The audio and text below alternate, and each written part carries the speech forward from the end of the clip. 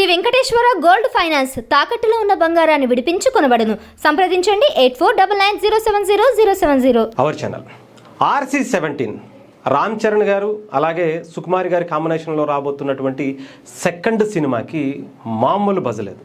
ఈ సినిమా ఎప్పుడు స్టార్ట్ అవుతుంది, ఎలా ఉండబోతుంది, ఎలాంటి కథ, ఈ సినిమాకి సంబంధించినటువంటి కాస్ట్ అండ్ క్రూ ఎలా ఉండబోతుంది అనే దాని మీద చాలా చర్చ జరుగుతుంది.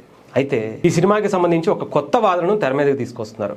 ఫస్ట్ టైం అంటే సుకుమార్ గారు ఇప్పటి వరకు దేవిశ్రీ ప్రసాద్ లేకుండా ఏ సినిమాను చేయలే. అలాంటిది RC-17 కోసం దేవిశ్రీ ప్రసాద్ని డిఎస్పీని పక్కన పెట్టేటువంటి ఆలోచనలో ఉన్నారు అనేది మనం గతంలో కూడా ఒక వీడియో చేసుకున్నాం. బట్ అదే నిజమవుతుంది అనేటువంటి పరిస్థితులు కూడా కనిపిస్తుంది. ఎందుకంటే రీసెంట్గా దేవిశ్రీ ప్రసాద్ గారి బర్త్డే జరిగింది, మొన్న 2వ తారీఖు అనుకుంటా. దానికి సంబంధించి అంటే ఆయన ఏ సినిమాలకి సంబంధించి అయితే వర్క్ చేస్తున్నారో ఆ సినిమాలకి సంబంధించి అందరూ కూడా ఆయన పేరు మీద ఆయనకి విషెస్ చెప్తూ ఒక పోస్టర్లు కూడా రిలీజ్ చేశారు.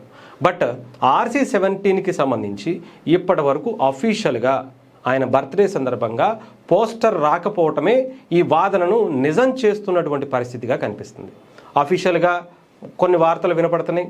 అది అఫీషియలా అనఫీషియలా అనే దానికన్నా ముందు దురంధర్కి సంబంధించినటువంటి ఆ మ్యూజిక్ డైరెక్టర్నే RC-17 అంటే సుకుమార్ గారు అలాగే రామ్ చరణ్ కాంబినేషన్లో రాబోతున్నటువంటి సినిమా కోసం ఇప్పటికే లాక్ చేసేశారు, అందుకనే దేవిశ్రీ ప్రసాద్ని పక్కన పెట్టారు అనేటువంటి వాదన వినిపిస్తుంది. ఎందుకు అనేది చాలా ఇంట్రెస్టింగ్ న్యూస్లు అయితే చాలా ఉన్నాయి. ఎందుకంటే ఆయన మొదటిసారి ఆయన హీరోగా ఒక సినిమా చేస్తున్నారు, ఎల్లమ్మ సినిమా. దాంట్లో బిజీగా ఉండటం, మిగతా సినిమాలు కూడా ఆయన మీద ఎక్కువ ప్రెజర్ ఉండటం, అటు తమిళ్ కావచ్చు, ఇటు తెలుగు కావచ్చు, అటు వేరే రాష్ట్రాలకు సంబంధించినటువంటి లాంగ్వేజెస్లో సినిమాలు కూడా ఆయన మ్యూజిక్ డైరెక్టర్గా చేయటం ఒక కారణంగా కూడా చెప్తున్నారు.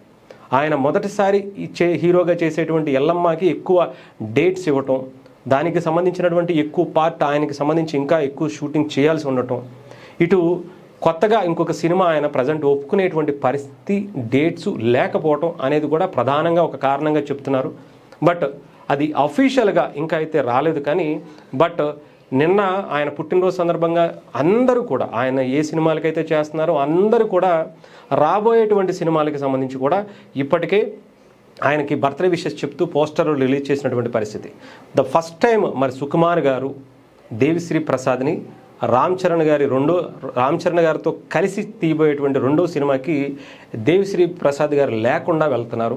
అది కూడా దురంధర్ లాంటి ఒక ఏ రేంజ్లో హిట్ కొట్టిందో ప్రత్యేకించి చెప్పాల్సిన అవసరం. దానికంటూ బ్యాక్గ్రౌండ్ మ్యూజిక్కి ఎక్కువ ఇంపార్టెన్స్ ఉండదు ఆ సినిమాకు కూడా.